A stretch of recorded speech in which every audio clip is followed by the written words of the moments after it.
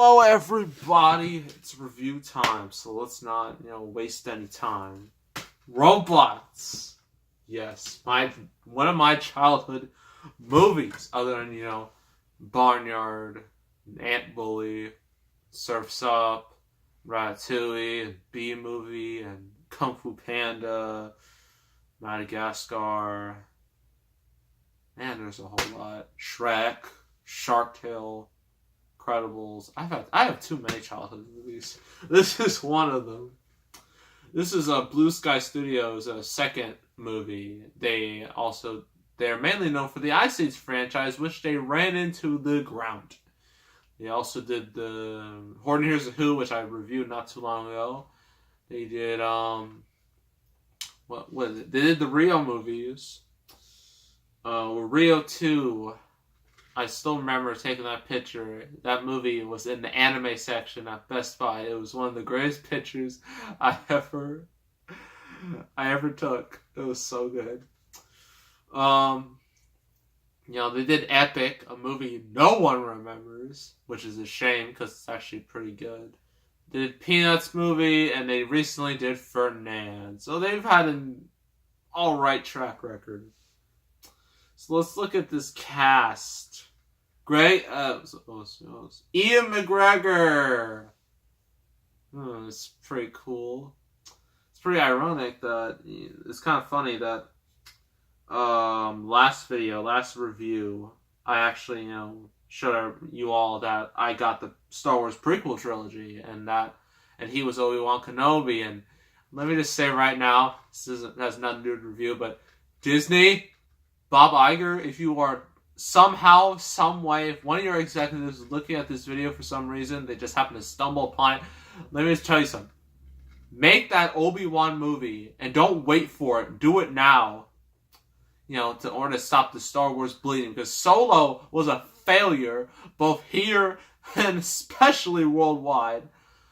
You need good headlines, okay? Because people are not going to trust you because of all those, Solo's breaking all the records, those pre-sales. It's doubling Black Panther. 170 million opening. Because of its failure, no one is going to listen to you. If you keep giving false information, no one's going to take you seriously. So please, just make the Obi-Wan movie. You want Star Wars to succeed. Why do you think you bought it for $4 billion? You need it to succeed. And first things first, get rid of Kathleen Kennedy. She's toxic. She's a poison to Star Wars. It's clear she's not a fan of the material. She doesn't care about the fans. In fact, her and the Kasdans, especially Lawrence Kasdan's son, Jake or Joe, whatever, Joe Kasdan. He's someone who clearly needs help. You need to get rid of him. You need to get rid of his dad. Get rid of Kathleen Kennedy. Get rid of anyone who is killing Star Wars. Get people who like the material and tell them to make an Obi-Wan movie.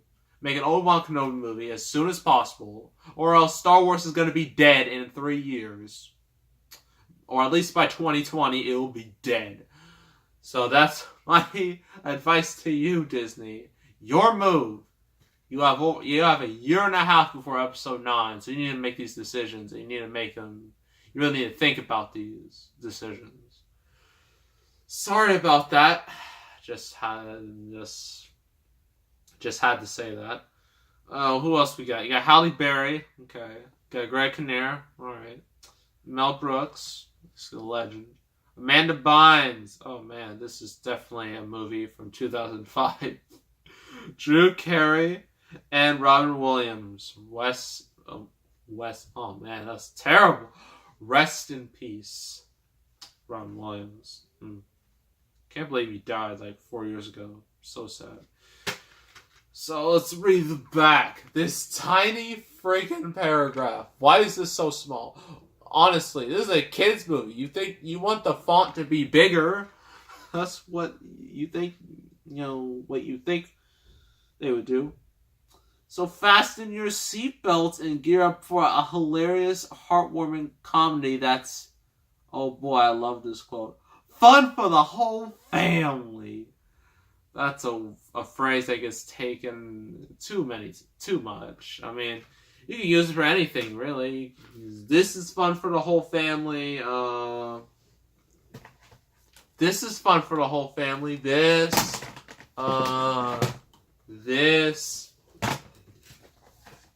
This especially. This is what you want the whole family to play.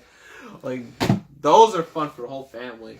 Also, this is a really good family movie right here. It's really good. Has some great life messages and some brilliant, dialogue. That's what kids need to be seeing. They don't need to be seeing this. They need to watch all those others because they're all fun for the whole family. Anywho. With the help of his misfit mechanical friends, a small-town robot named Rodney embarks on the adventure of a lifetime as he heads for the big city to pursue his dreams and ultimately proves that anyone can shine no matter what they're made of.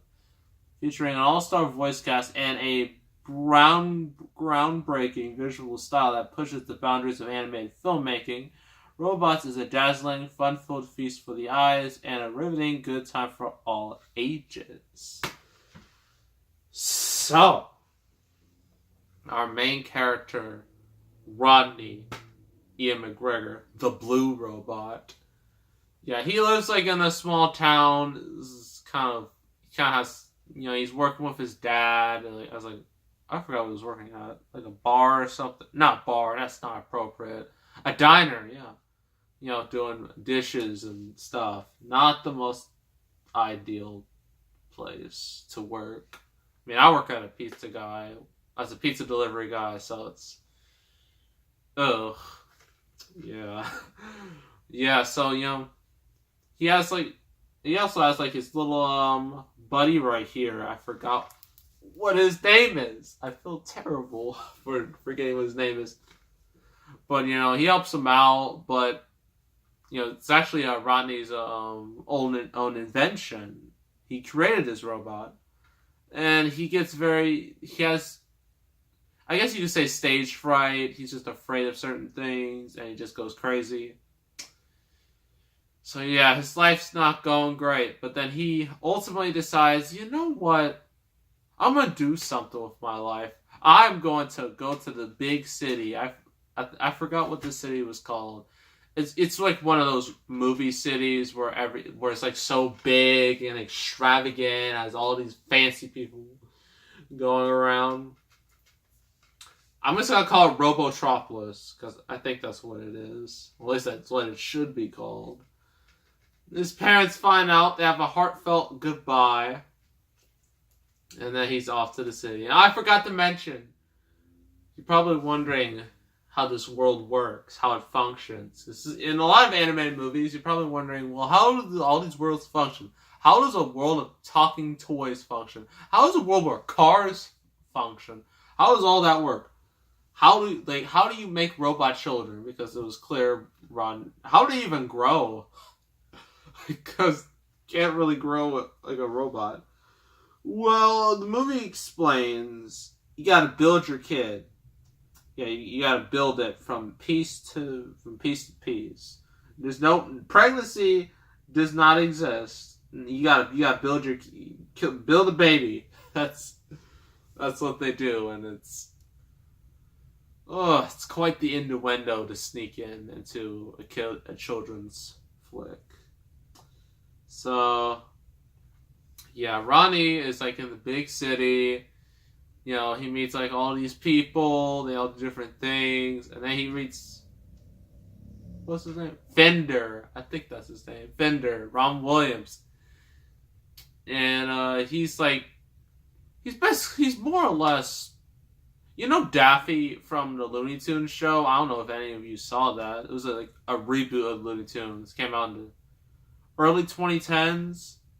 Has a more realistic, if you can call it that, realistic depiction of a more modern day approach to Looney Tunes. It's actually pretty underrated, not gonna lie. Some people don't like it because it changes too much, But I found it to be pretty good. Yeah, Daffy on that show, that's Fender, and Rodney is more or less Bugs. That's how I would describe their relationship. And the two meet up. They're like in this giant ball. I don't know why they're in a ball. I think it's a ball. I think it's for transportation. I don't know why anyone would go in that for transportation, but whatever. They meet each other there, and then they just fly off, and there's a big old sequence of them just flying around, and it's just all chaotic and whatnot. It's just all these things a whole bunch of stuff going on at once. And this movie can be kind of all over the place sometimes, which can either be a good thing or a bad thing. So yeah. So that happens. What else? Well, actually, I think before that, he,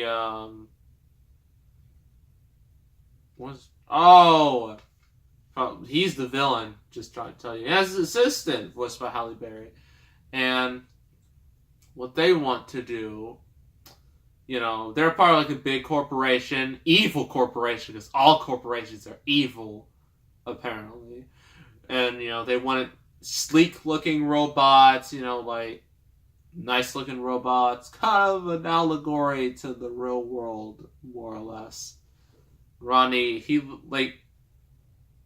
I forgot what sequence it was. I haven't seen this movie in a long time, but I remember certain stuff. Like, he and this little robot, he created, he kind of flies,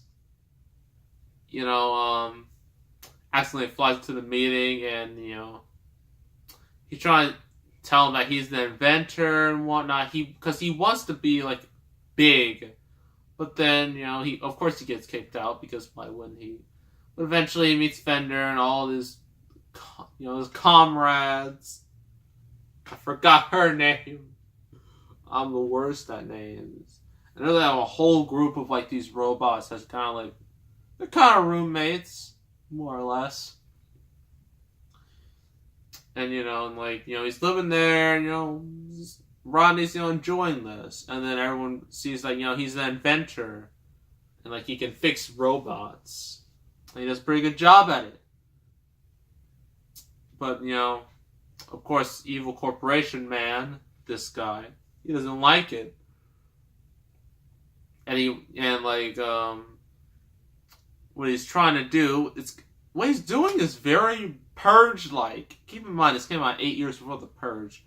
He has like these giant trucks, giant vehicles that take up broken down parts, and which means like if you're just a regular old robot out there, if you get swept under there, it's over. You're gonna die. I'm just like, that's horrifying. I don't want to live in that world. I don't think anyone does.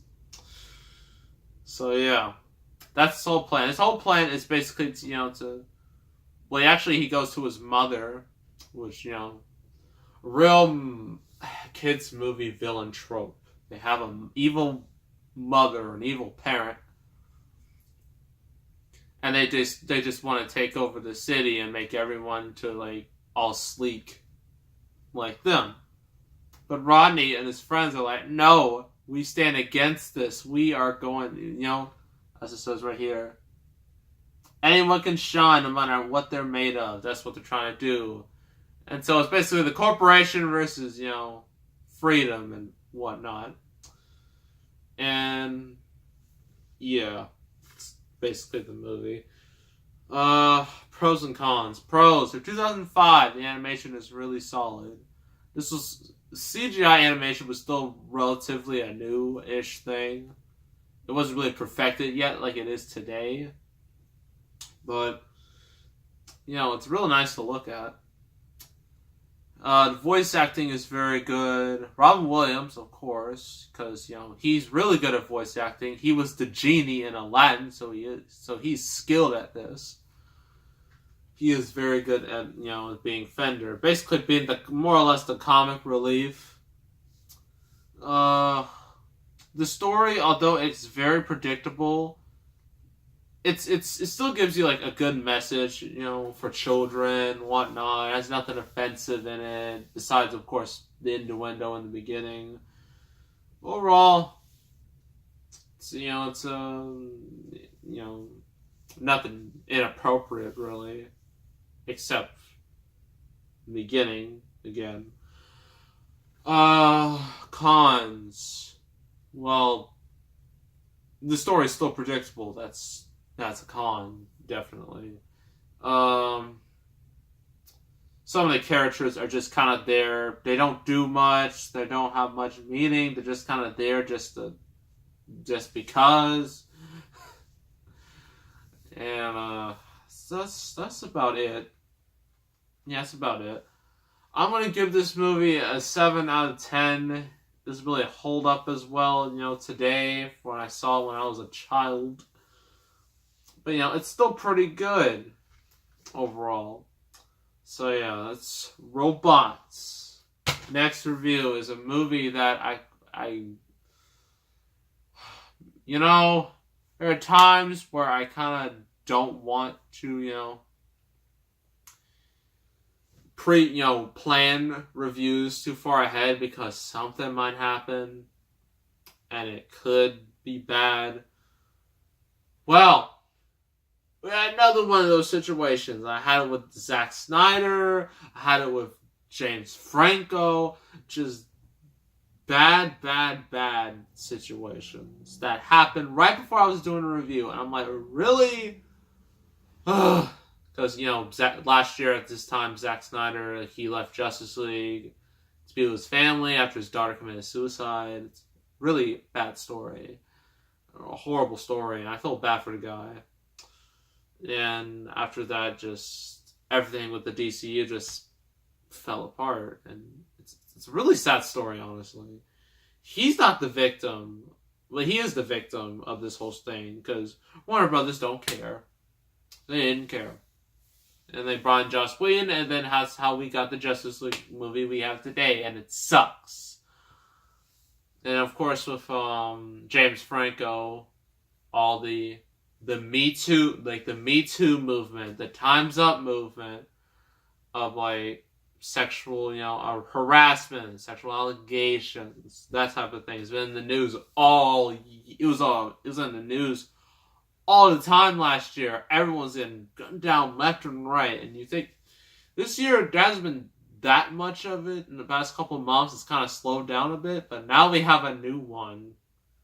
And he's in this movie. And he has a very important role in this movie. And the movie we're doing is Bruce Almighty. Oh, that should be really fun to do that now. Ugh.